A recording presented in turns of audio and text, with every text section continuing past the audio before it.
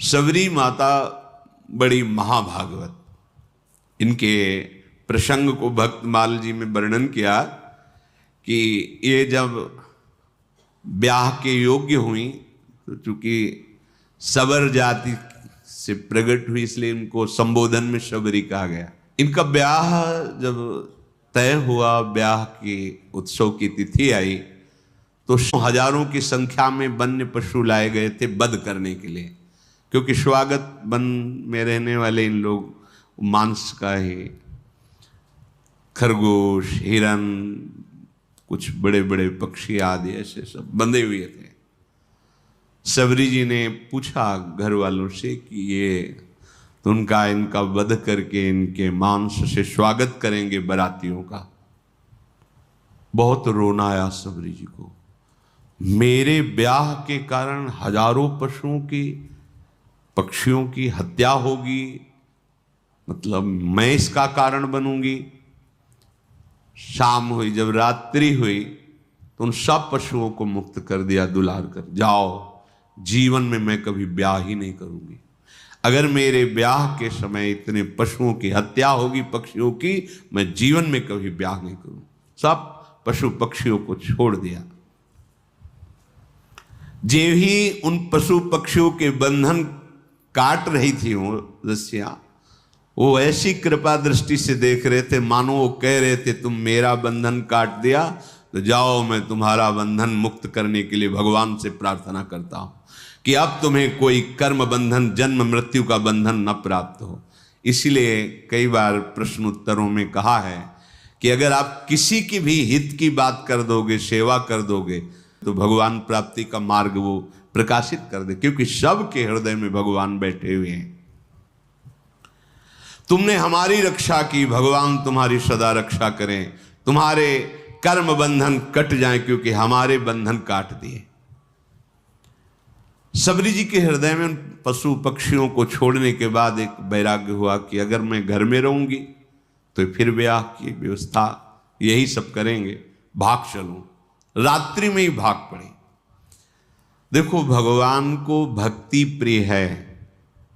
ये जिन लोगों का मानना है कि पुरुष ही भगवान को प्राप्त कर सकता है या अमुक कुल का, ये सब भगवान के वचन है। पुरुष नपुंसक नारी वा जीव चराचर कोई, सर्व भाव भज कपट तज मोहि परम प्रिय सोई। वो परम प्रिय है भगवान को। शबरी का महान पुण्य उदय हो गया, भाग निकली। बड़ा भाग्यशाली वही है जो संसार से भाग पड़े भगवान की तरफ, और बड़ा अभागी वो है जो अभी भगवान शिव ने उमा से कहा, सुनो उमाते लोग अभागी। वो कौन? जो हरितज होए विषय, जो भगवान के मार्ग मिलने पर भी भगवान का मार्ग छोड़कर विषय की तरफ जाते हैं। धिक्कार है उनके जीवन को। सबरी जी विचार किया किसी भी गांव में जाएंगी तो पकड़ी जाएंगी और ये लीला फिर होगी, इसलिए वन में चलती हैं। और एकांत वन में रहने का अभ्यास था ही, तो वन में रहती नाम सबरी कहत सब, चाहत टहल साधु तन न्यूनताई है। रजनी के शेष ऋषि आश्रम प्रवेश करी, लकरीन बोझ धरी आवे मन भाई है। निहाई बे को मग झारी, कांकरनी बीनी डारी, बेगी उठी जाई ने को देत ना लखाई है। उठत सवारे कहे कौन धो बुहारी गयो, भयो ही सोच को बड़ो सुखदाई है। सबरी जी भागकर इसी वन में आए। अब यहां विचार किया कि वन में भगवान की अगर भजन वृत्ति प्राप्त करनी है तो संतों की कृपा होनी चाहिए, और एक तो स्त्री शरीर, फिर जंगली वास रहा है, सबर कुल में जन्म हुआ है, भला मुझ भीलनी को कौन स्वीकार करेगा। और बिना संत सेवा के भगवंत कृपा होती नहीं, तो छुप के संत सेवा करें। ये महामहिम बात। वो हृदय में दैन्यता थी कि मैं अधम शरीर है, कोई संत सेवा स्वीकार करेगा नहीं, और सेवा किए बिना भगवत कृपा मिलती नहीं है। इसलिए वो रात के आखिरी पहर में उठते हैं और देखा कि सेवा के लिए जब ऋषि हवन करते हैं तो उनको लकड़ियों की आवश्यकता होती है, रसोई अमनिया करते हैं तो लकड़ियों की। तो दिन में लकड़ियां चुपचाप जंगल से बिनती और रात में छोटे छोटे गट्ठर करके ऋषियों के आश्रम में रख आती, और जहां से ऋषि सरोवर में आकर स्नान करते वो मार्ग सोहनी लगा देती, कंकड़ कांटे आदि बीन कर अलग कर देती। अब सब ऋषियों को लगा कोई संतों को सुख देने वाला कौन है जो ऐसी सेवा करता है। प्रातः काल सरोवर में आने जाने वाले को एकदम स्वच्छ मार्ग, एकदम कौन है ऐसा करता है। सब ऋषि प्रातः काल जब स्नान करने जाते तो सोचते, पर वो तो रात्रि में सेवा करके चली जाती एकांत में। ये कौन ऐसा है जो बड़ा भारी सुख प्रदान कर रहा है। देखो, भगवान की कृपा से सेवा में रुचि होती है, सेवा से भगवान अधीन हो जाते हैं। जिनको ये भ्रम है कि सेवा से समय बर्बाद होता है, वो आगे चल के देख लेना, जब आपका भजन परिपक्व होगा तो सेवा में रुचि जागृत हो जाएगी। अगर सेवा में रुचि जागृत नहीं हुई तो भजन अधूरा है, भजन में अभी त्रुटि है। जब आपका जीवन सेवामय हो जाए, जो भी सामने आवे भगवत भाव से सेवा, ये शरीर किस काम में आएगा, किसी काम में।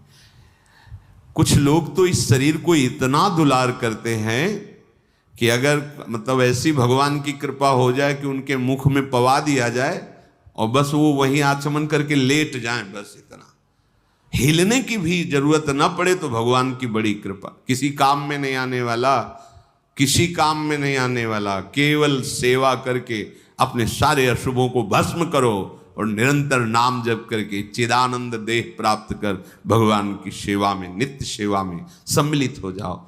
सेवा मिलना बहुत दुर्लभ बात होती है। सेवा मिल जाए, गुरुदेव भगवान के श्रीमुख के वचन, श्री जी जब बहुत कृपा करती है तब सेवा प्रदान करती है। प्राप्त सेवा की अवहेलना करने वाले का भगवत मार्ग रुक जाता है। महाप्रभु हरिवंश चंद्र जो अपने पीताम्बर में लकड़ी बिन रहे हैं श्री जी की सेवा, अपने कर कमल से रसोई अमनिया कर रहे हैं, श्री जी को भोग लगा। तभी नाहरमल जिसे कहा था, संतों की विशिष्ट कृपा से प्राप्त हुई श्री जी की सेवा को तुम धीमर से कराना चाहते हो, रजोगुणी हो, रजोगुण भाव लेकर वृंदावन आते हो, जाओ मैं तुम्हारा त्याग करता हूं। ये बहुत भाग्य की बात। सबरी जी को उन जीवों पर दया करने का, उनको सुख पहुंचाने का ये भाव कितना महान बना दिया कि उनके हृदय में बात आई कि कैसे भगवान को रिझाएं। तो अंदर से आया कि संतों की सेवा से भगवान रिझते हैं। सबरी जी ऐसे संत सेवा करने लगी। अब मन में उनके बहुत दैन्यता थी कि अगर किसी की दृष्टि पड़ गई तब तो उनको बड़ा दुख होगा कि ये अधम और ऐसा उसके हाथ की लकड़ी बीनी हुई है। बहुत उनके हृदय में ये बड़ी कृपा। ये जो अहंकार भरा होता है, मैं अमुक श्रेष्ठ कुल का, मैं भगवान को पसंद नहीं है। जिसके हृदय में सहज दैन्यता है, यही दरबार दीन को आदर, रीत सजा चली आई। अपने शरीर को अत्यंत हेय मानकर, ये छूने योग्य भी नहीं है। मतंग जी ने विचार किया कि ये कौन है जो आकर के हमारे चोरी कर रहा है। चोरी का तात्पर्य होता है भजन चुराना।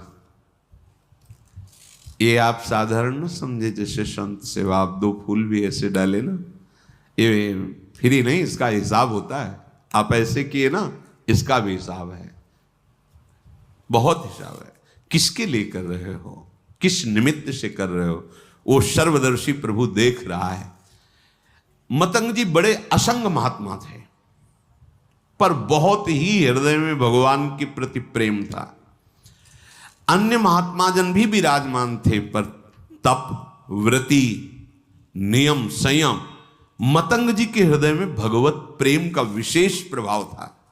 तो बड़े ई असंग ते मतंग रस रंग भरे, धरे देखी बोझ कहो कौन चोर आयो है।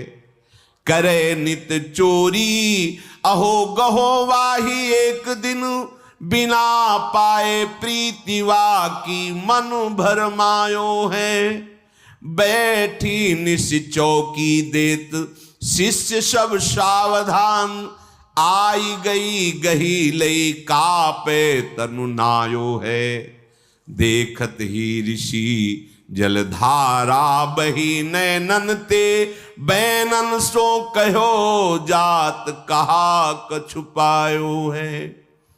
मतंग ऋषि जी के मन में एक दिन बहुत दृढ़ निश्चय हुआ, ये कौन चोर है जो सेवा करके भी छुप जाता है, और हम सब ऋषियों का भजन आनंद। क्योंकि कोई भी सेवा करता है वो तुम्हारे भजन को लेता है, फिर ही नहीं है, बात समझना। ऐसा ना समझो कि आप जो पहन रहे, खा रहे, पी रहे, देख रहे, सुन रहे, सारा हिसाब है, इसलिए विरक्त को रात दिन भजन करना है। हम जिसकी रोटी खाते हैं उसको भी भजन देते हैं, जो प्रणाम करता है उसको भी भजन देना है। और वैसे ही सबका सर्व मंगल करने का स्वरूप होता है संत महापुरुषों का। मतंग ऋषि बड़े ही मतंग थे प्रभु के अनुराग में, परम विरक्त, भक्ति रसानंद से परिपूर्ण। रोज अपने आश्रम में देखते कि दोना में फूल रखा हुआ है, लकड़ी, सेवा के लिए मार्ग पूरा साफ। ये कौन है रोज सेवा कर जाए? अपने शिष्यों से कहा, सुन रात भर जगो, रोज सेवा पहुंचाता। कौन है ऐसा जो चुपके से सेवा कर रहा है? एक बार दर्शन करना चाहते हैं। सब शिष्य रात में जगे, अलग अलग जगह छुप करके खड़े हो गए। धीरे धीरे सबरी जी आई, दोने में कैसे पुष्प रखकर लकड़ी जे ही, तो कौन है? ऐसे सबरी जी तो एकदम मानो सूख गए कि अब तो जान गए, अब सेवा छूट जाएगी। देखो किस बात का दुख है, अब सेवा छूट जाएगी। अब कोई भी ऋषि हमारी सेवा स्वीकार नहीं करेगा।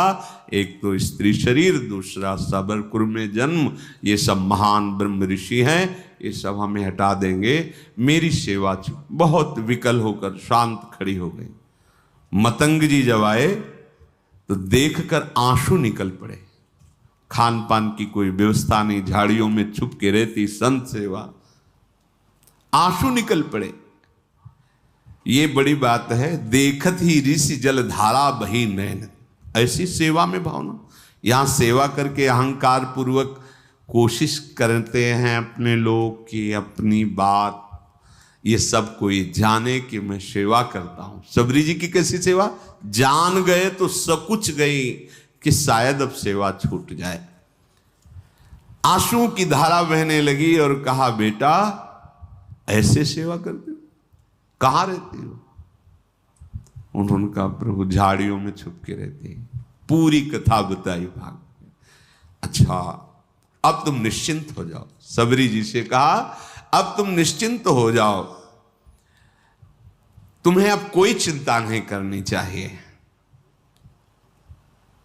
भगवत भक्ति का प्रभाव ऐसा है कि वो न जाति देखती है न शरीर देखती है। तुम स्त्री शरीर हो कि पुरुष शरीर हो, किस जाति को, किस कुल के हो, ये भक्ति महारानी जिसके हृदय में आ जाती है, भगवान उसके अधीन हो जाते हैं। सबरी जी को मतंग ऋषि ने ऐसे वचन के द्वारा साहस बना और शिष्यों से कहा कि तुम जानते हो ये कितनी पवित्र है। ओहो, बहुत बड़ी बात। भक्ति को प्रताप ऋषि जानत, निपटनी के केऊ कोटि विप्रताई यापे वार डारिये। मतंग जी ने कहा कि आज के बाद तुम्हें छुप के रहने की जरूरत नहीं। आश्रम में ही एक पर्णकुटी सबरी, इसमें तुम विराजमान हो।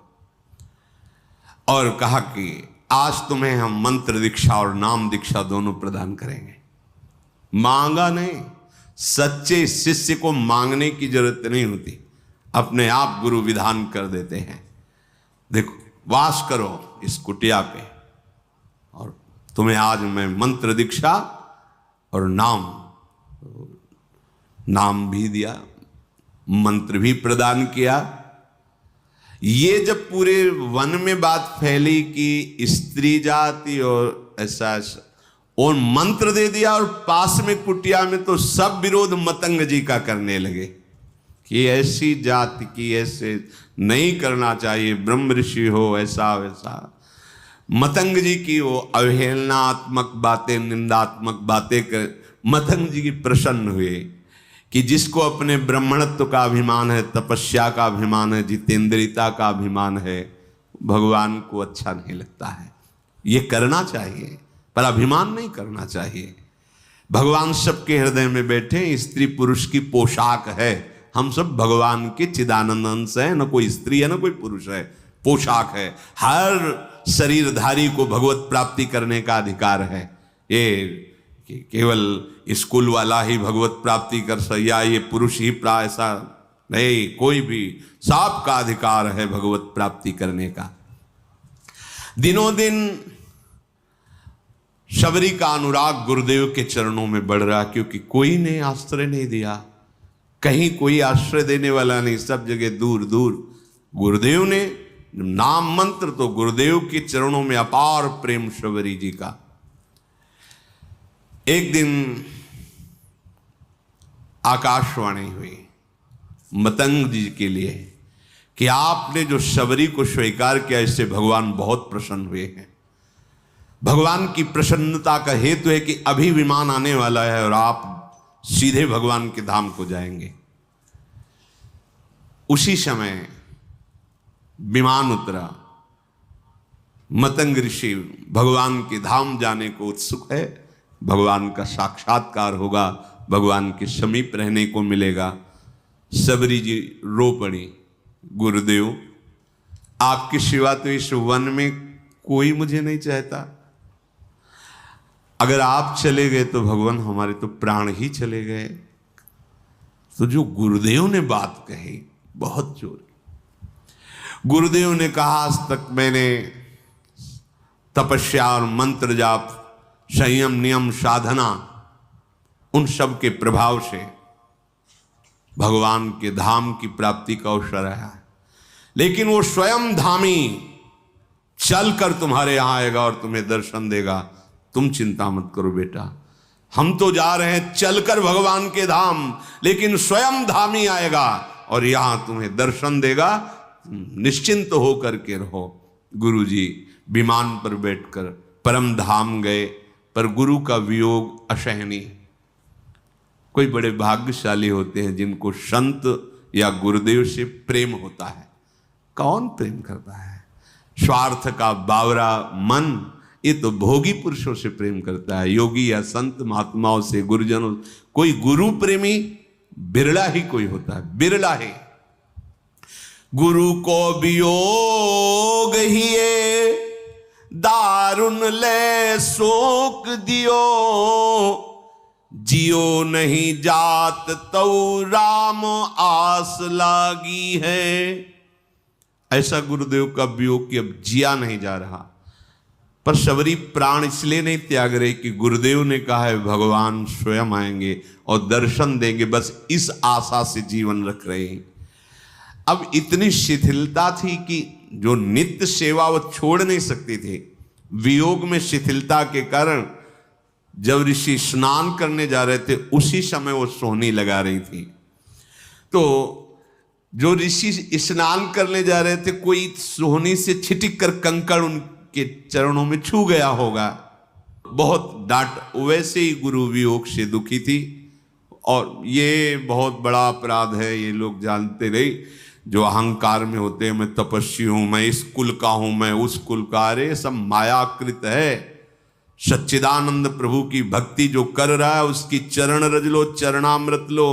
भगवान के अनुरागी जनों के प्रति ऐसा अनुराग, ऐसी भक्ति, ये बहुत धोखा हो जाता है, बहुत धोखा हो जाता है। ये ऐसा भारी अपराध है कि सिर्फ भक्त से ही क्षमा हो सकता है, भगवान भी क्षमा नहीं कर सकते। अब वो पुनः स्नान करने जे भी गए तो उसमें कीड़े पड़ गए सरोवर के जल में। सबरी जी को इतना धिक्कारा तुझे दिखाई नहीं दे रहा मैं आ रहा हूं, मुझे तेरे झाड़ू से कंकड़ छू गया। सबरी जी तो भाग पड़ी, एकांत में जाकर रोने लगी। वो वैसे ही गुरु वियोग से दुखी थी, इसीलिए विलंब हो गया था, नहीं तो रात में ही वो सोने लगाती थी। सबरी जी के हृदय को भारी दुख कि जो हमारे वचनों के द्वारा समझाते थे, जो हमें चरणों का आश्रय, वो तो अंतर ध्यान है। अब यही है, ये महात्माओं को दुख पहुंचा, क्या करूं, गुरु ने आज्ञा की, नहीं तो अभी शरीर को छोड़ देती। वो बहुत ये दुख भारी अपराध हो गया। जलसो रुधिर भयो नाना क्रम भरी गयो, नयो पायो सोच तो जाने ना अभागी है। उनको क्या कहा, अभागी। और रुधिरवत रक्तवत हो गया जल, और कीड़े दुर्गंध आने लगी जल से तत्काल। तो उन्होंने मन में सोचा कि सबरी के कंकण स्पर्श का प्रभाव देखो कितना, तो उसका प्रभाव कि जल भी अपवित्र होगा। जब बुद्धि उल्टी होती ना तो उल्टा ही चिंतन होता है। हृदय में सबरी जी गुरुदेव प्रदत्त नाम का मंत्र का जप कर रहे हैं।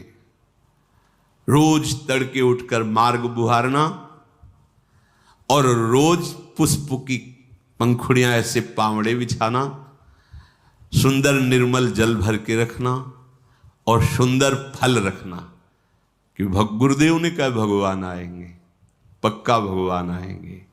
लावे बन बेर लागी राम की अवसेर भल, चाखे धरी राखे फिर मीठे उन जोग हैं। मार्गो में जाई रहे लोचन बिछाई कभू, आवे रघुराई दृग पावे निज भोग है। ऐसे ही बहुत दिल बीते मग जोहत, हाँ आई गए औचक सो मिटे सब सोग हैं। ए पे तनु नून ताई आई सुधि छिपी जाए, पूछे आप सबरी कहाँ ठाढ़े सब लोग हैं। रात दिन गुरुदेव प्रदत्त नाम मंत्र का चिंतन। गुरुदेव ने कहा है भगवान आएंगे, इसका दृढ़ विश्वास। अब क्या भगवान के स्वागत में तो जंगल में यही है फल।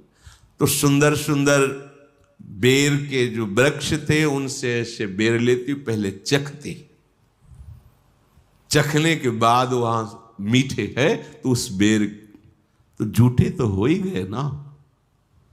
चखने के बाद हाथ थोड़ी प्रक्षालन, जंगल है ये थोड़ी क्या कहा कि हाथ में कमंडल धोना। ऐसा नहीं कि खा खा के बेर रखती थी, उस वृक्ष के मीठे हैं कि मेरे प्रभु को खट्टे ना लगे, तो ऐसे देखा हाँ मीठे, फेंक दिए और नए फल लेकर के उनको ऐसे रखते। इसीलिए कहा गया है कि जूठे बेर। वैसे भी शास्त्रीय पद्धति में सबसे पहले भगवान को भोग लगा, और प्रेम पद्धति में सबसे पहले अपने को पाना है। जो हम भोग लगाएं पहले उसको एक दोने में अलग करके निकाला और चखा, हाँ दाल ठीक है, हाँ ठीक, रोटी सब्जी वो देख लिया सब, खीर में हाँ चीनी ठीक, ये ठीक है, हाथ धोया, आचमन किया, फिर वो अपनी श्री जी को भोग लगाया। पहले हमें देखना है हम जो फल लगा रहे हैं, भोग जो वस्तु लगा रहे हैं, हमारे श्री जी के योग्य है कि नहीं है। ये हमारी उपासना प्रेम की। और सिद्धांत की उपासना पहले प्रभु को भोग लगा। अब आप पहले पाले तो भोग लगाने लायक नहीं, लेकिन ये प्रेम है, उल्टा मार्ग है यहाँ। ये ज्ञान हमें नहीं था। ऐसा हो ही नहीं सकता कि प्रभु के लिए थाल सजा रहे पहले उससे ले, ऐसा कैसे? कोई पूछता तो उत्तर नहीं। ये तो इसी प्रेम नगरी का एक है, जिसके भी हृदय में जहां भी प्रेम, ये प्रेम का प्रभाव और स्वभाव है। मानसी गंगा में दंडोती परिक्रमा जब गुरुदेव के साथ लग रही थी गिरिराज महाराज की, तो मानसी गंगा में तो वहां एक सहतूत बेच रहा था, सहतूत इतने से, तो श्री जी को भोग लगाने के लिए प्रक्षालन किया, बीन बीन के सही रखे।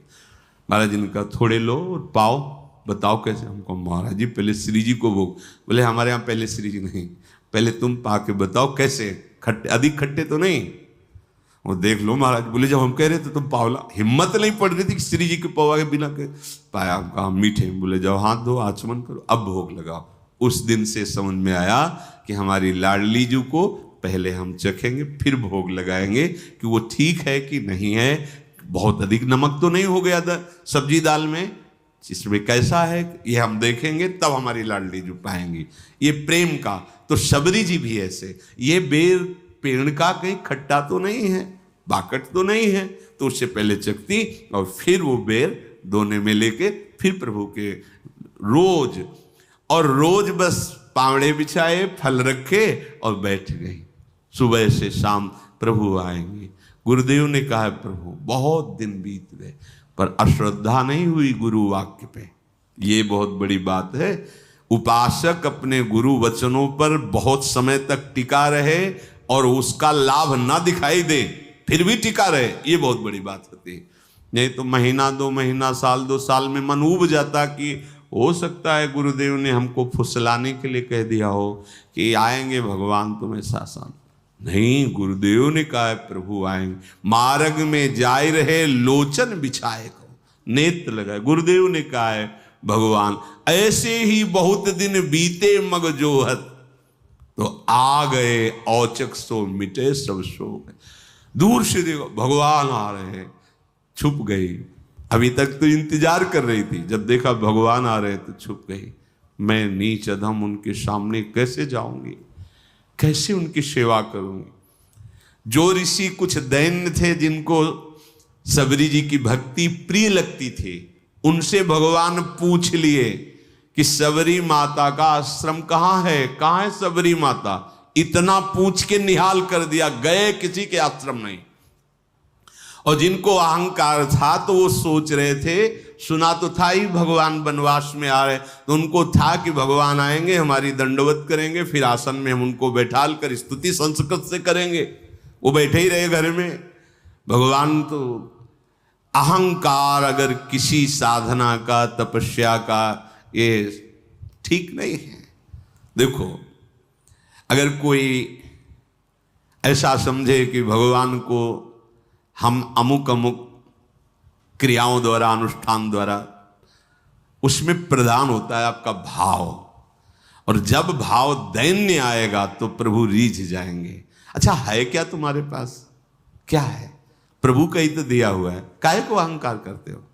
प्रभु ने कृपा करी, वो तुम्हें शतमार्ग के लायक बनाया है, वही तुम्हारी इंद्रियों को अधीन किए हुए हैं, वही तुम्हें बल दे रहे हैं, वही तुम्हें व्यवस्था दे रहे हैं, जो सेवा कर रहे हो। तो तुम अहंकार क्यों? अपने बड़भागी बनने का भाव लाओ कि हमें तो अहोभाग्य प्रभु ने स्वीकार करके बड़भागी बना दिया, संत सेवा दे दी, धाम आने को, सत्संग सुनने को, भजन करने को, ये जो मुझे प्रेरणा मिली, अहोभाग्य हमारे भगवान ने मुझे स्वीकार। अहंकार क्यों करे? देखो रह रहे हैं, इतना कष्ट सह रहे हैं, पर अहंकार। भगवान नहीं गए किसी के यहाँ।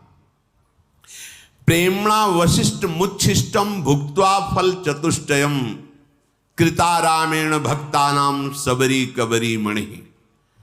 भगवान प्रेम देखते हैं, यही देखकर अवशिष्ट अर्थात चखे हुए फलों को, जूठे फलों को भगवान पाते हैं। ये बड़ा प्रमाण सहित इससे दिया है कि फलमूलम समादाय परीक्षे परिभक्ष पश्चान निवेदयामास राघवाय महात्मने। चख करके उसकी परीक्षा करके फिर दोने पे रखती थी, और राघव अर्थात भगवान श्री राम बड़े स्वाद बखान करके सबरी के वो जूठे फल खाए। देखो इस पर प्रेमणा वशिष्ठ मुच्छिष्टम, उच्छिष्ट भुक्त्वा फल चतुष्टयम कृता रामेण भक्तानाम सबरी कबरी मणि। पद्म पुराण में ये वर्णन किया गया। भगवान पूछ लेते सबरी माँ किधर है, कहाँ विराजमान है, वो अपने को निहाल मानते जिनसे भगवान पूछ लेते।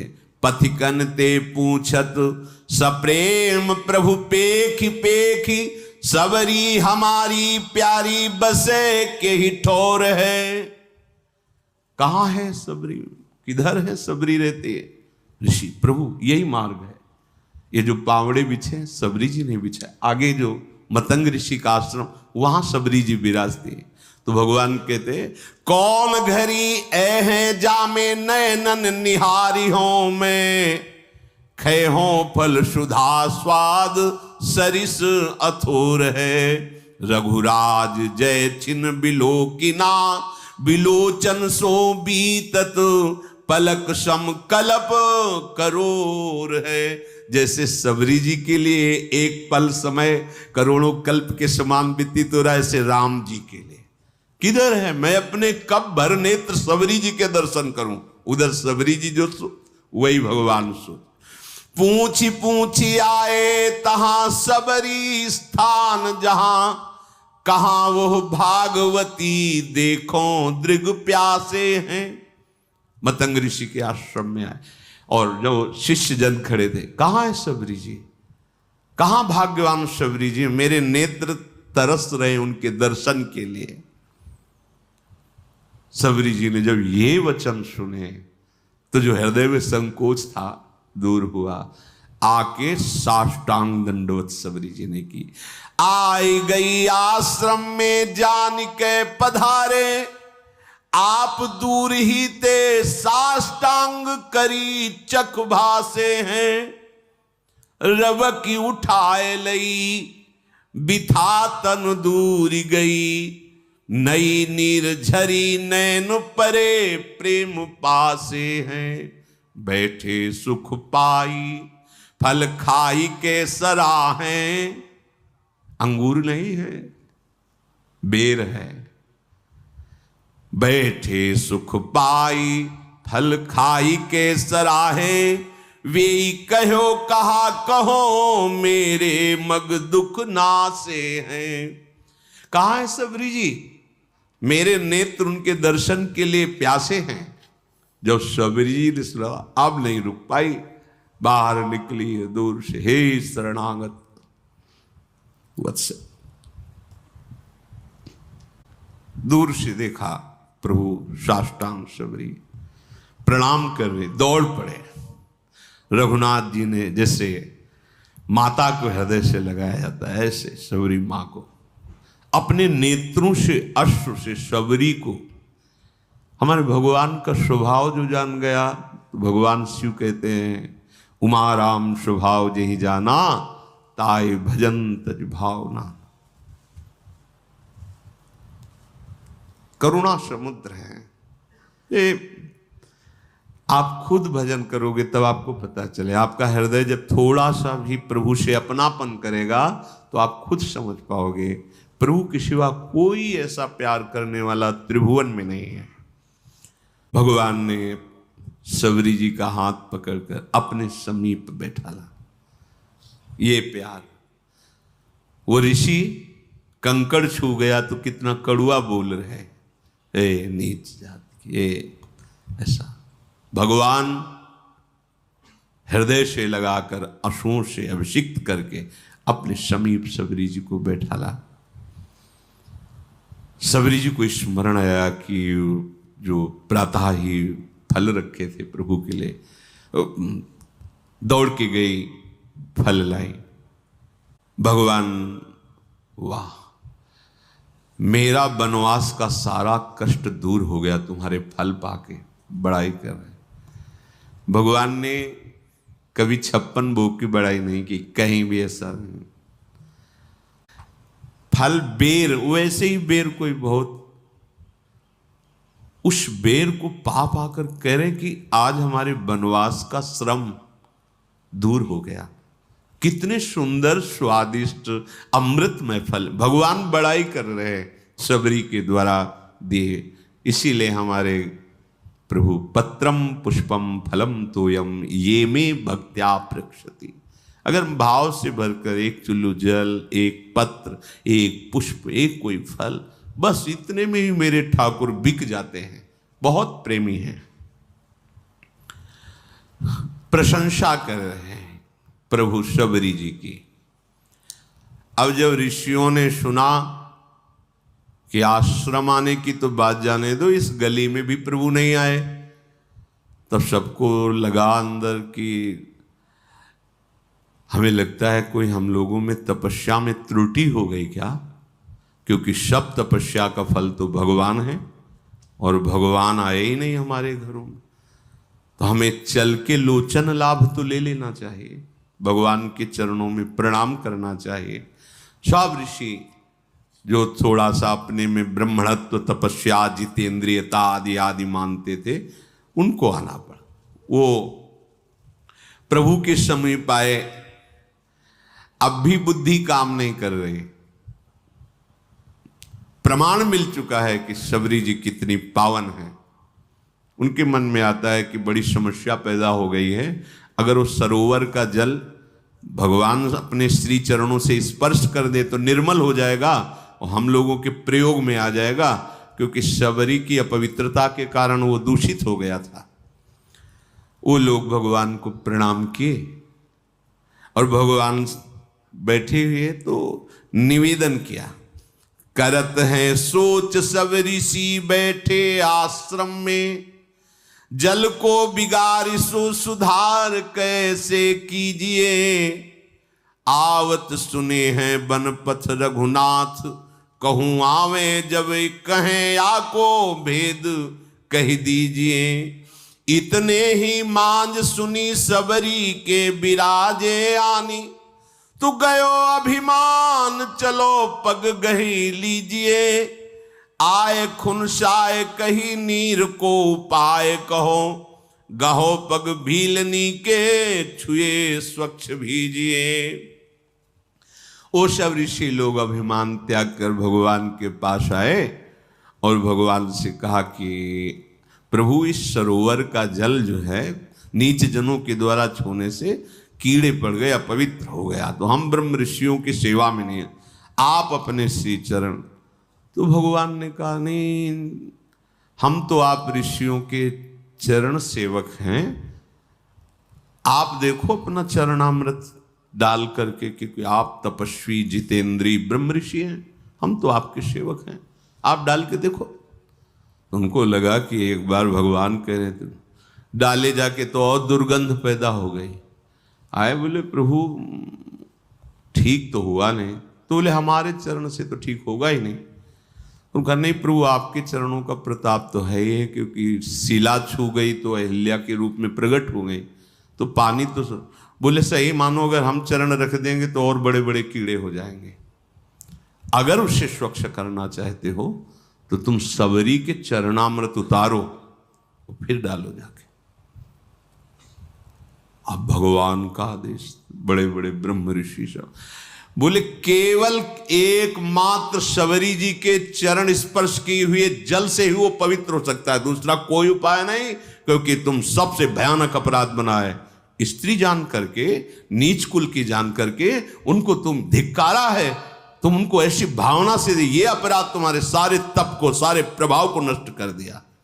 अगर तुम कहीं अपने जीवन को कृतकृत्य करना चाहते हो, सरोवर के जल और हृदय को स्वच्छ करना चाहते हो, तो सबरी जी का चरणामृत ही काम करेगा, दूसरा कुछ नहीं।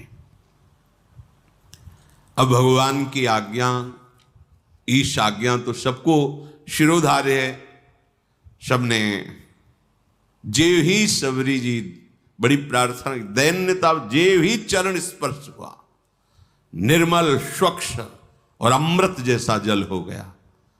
तब भगवान ने शबरी जी की स्तुति की, जो नौधा भक्ति पीछे गाई गई थी, वो भगवान शबरी जी को नहीं सुना रहे, उन्हीं ऋषियों को बता रहे कि ये पूरी की पूरी भक्ति हमारी माता शबरी जी में विराजमान है। जाति पाति कुल धर्म बड़ाई धन वैभव कुटुंब गुण चतुरता, मैं इन सबसे नहीं रीझता। फिर सुन लीजिए, जाति पाति कुल धर्म बड़ाई धन बल कुटुंब गुण चतुरता, इन सबसे मैं नहीं रीझता। मेरे रिझाने का एक ही केवल उपाय है, दैन्य भाव, भक्ति भाव। मैं तुम्हें सावधान होकर सुनाता हूं, 9 प्रकार की भक्ति है। पहली भक्ति है संतों का संग करना, दूसरी भक्ति है मेरी लीला कथा प्रसंग सुनने में रुचि होना, तीसरी भक्ति है अभिमान रहित होकर गुरु के चरण कमलों की सेवा करना, चौथी भक्ति है कपट का त्याग करके मेरे गुणों का गान करना, मेरे मंत्र का जाप और दृढ़ विश्वास मुझ पर हो जाना, ये 5वीं भक्ति है। छठी भक्ति है इंद्रियों का निग्रह, अच्छा स्वभाव, अच्छा चरित्र, बहुत प्रपंचिक कार्यों से वैराग्य और निरंतर संत समागम, साधु पुरुषों द्वारा बताए हुए आचरण करना। सातवीं भक्ति है जगत भर में भगवत भाव रखना, सब में प्रभु विराजमान है और संतों को मुझसे भी अधिक करके मानना। आठवीं भक्ति है जो मिल जाए उसी में संतोष करना, स्वप्न में भी कभी पराये दोष दर्शन ना करना। नवीं भक्ति है सबके साथ सरलता का कपट रहित बर्ताव करना, हृदय में मेरा दृढ़ भरोसा रखना, हर्ष और दैन्य का ना होना। दैन्य मैं बहुत गरीब हूं ये नहीं, ये दैन्यता भागवतिक दैन्यता है, लेकिन भक्त कभी गरीब नहीं होता, उसके पास परम धन भगवान का नाम होता है। विषयों की अभाव की दरिद्रता वाली दैन्यता भक्त में नहीं होती। इन 9 में से एक भी भक्ति, चाहे वो स्त्री हो चाहे पुरुष हो, कोई भी हो, वो मुझे अत्यंत प्रिय है। फिर हे शबरी जी, आप में तो 9 भक्ति विराजमान है, जो गति योगियों के लिए भी दुर्लभ है, आज मेरे सामने ही तुम्हें वो दुर्लभ गति प्राप्त होगी। मेरे दर्शन का फल है जीव अपने ब्रह्म स्वरूप को प्राप्त हो जाता है। मम दर्शन फल परम अनुपा, जीव पाओ निज सहज स्वरूपा। फिर कहा कि शबरी जी आप यहाँ विराजमान, कहीं जानकी जी को यहाँ से जाते हुए ऊपर से कोई तुम्हें ऐसा कुछ खबर है क्या? शबरी जी ने कहा प्रभु पास में एक पंपा नामक सरोवर है, वहीं सुग्रीव हैं, आप वहां जब जाएंगे तो उनसे मित्रता कीजिएगा, वो सब आपको सूचना दे देंगे। हे नाथ आप कुछ देर रुको। और शबरी ने एकदम एकाग्रता की और उनके शरीर में योगाग्नि प्रकट हो गई। भगवान के सामने ही पांच भौतिक शरीर का लय करके भगवत धाम को गई। जातिहीन अग जन्म मही, मुक्त कीन असनारी, महामंद मन सुख चाहसी, ऐसे प्रभु ही विसारी। देखो स्त्री शरीर है, लोक में अधम कुल है, फिर भी भगवान की भक्ति से ऐसी दुर्लभ गति प्राप्त हुई जो योगी जन वांछना करते हैं, आकांक्षा करते हैं। ऐ दुर्बुद्धि मन, तो ऐसे प्रभु का भजन छोड़ करके और किसी विधान से सुख चाहता है, अर्थात तुझे कभी सुख नहीं मिल सकता। अगर भजन करोगे, नाम जप करोगे, भगवान के चरित्र सुनोगे, आचरण पवित्र रखोगे, तो माना कि दुख का, विपत्ति का प्रभाव आएगा पर तुम्हें परास्त नहीं कर पाएगा। परम सुख की प्राप्ति अंत समय तक निश्चित हो जाएगी। इसलिए जैसे बने, मन लगे ना लगे, भाव बने ना बने, सत्य है असत्य है, तुम सब छोड़ो, एक बार कहा मान लो और प्रभु का नाम निरंतर जपने की चेष्टा करो, तुम सुखी हो जाओगे।